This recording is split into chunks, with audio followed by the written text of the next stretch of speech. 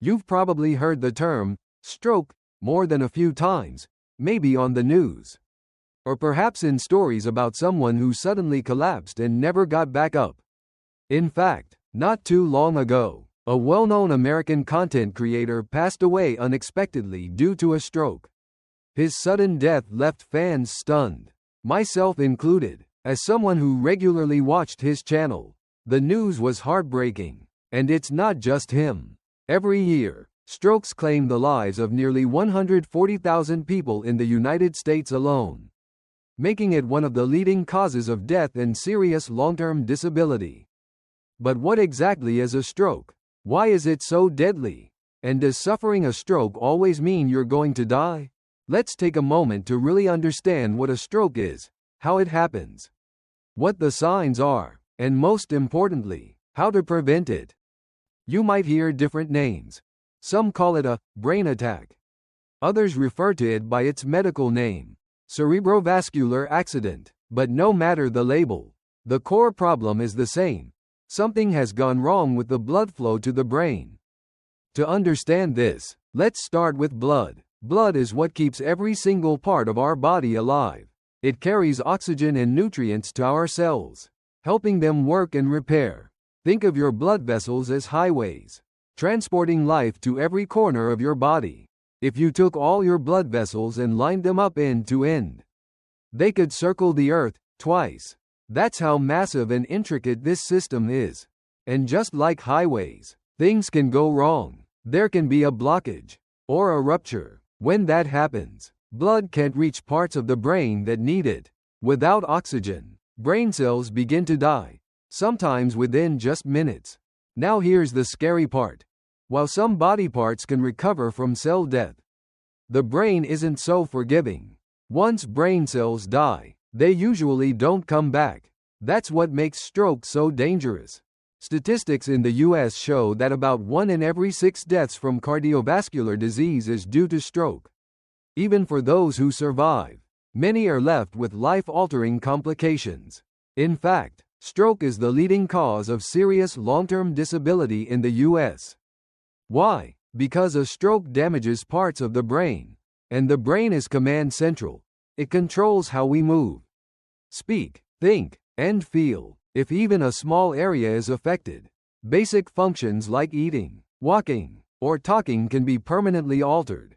Some survivors lose the ability to speak clearly, struggle to remember names, or even have trouble performing everyday tasks like getting dressed or going to the bathroom. So what makes one person more likely to have a stroke than another? There are 2 types of risk factors: those we can't change, and those we can. Let's start with the things we can't control. Age is a major factor.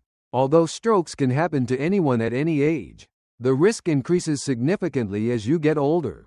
After age 55, your stroke risk doubles every decade. Gender also plays a role.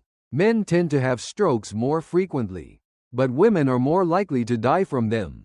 Family history is important too. If your parents or siblings have had strokes, your own risk is higher.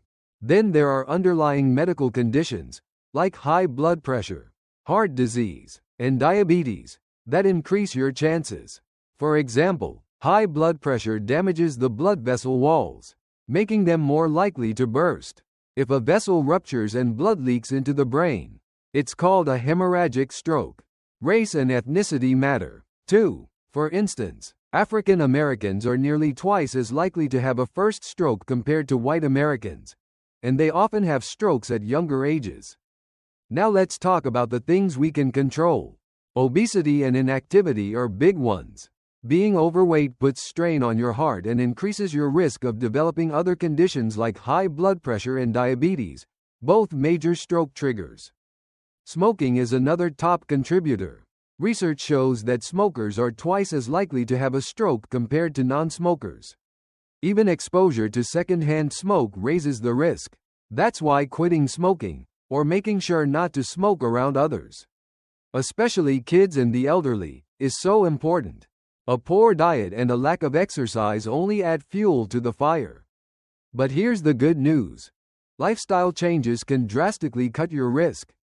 Regular physical activity, A balanced diet and avoiding harmful substances can make a huge difference.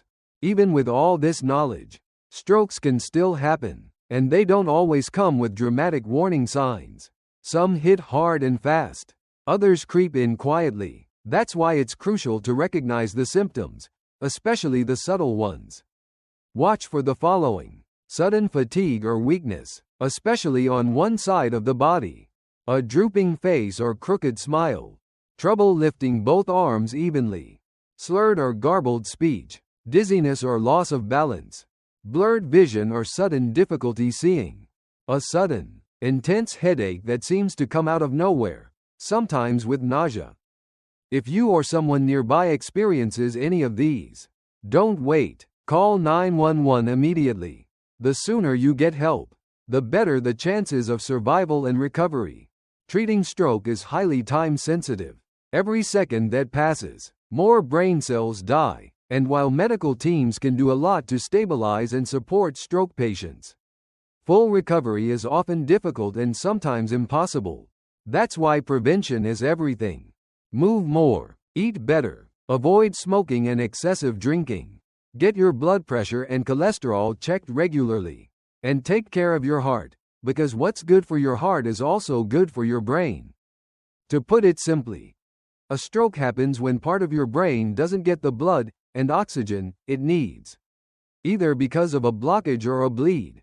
The results can be devastating.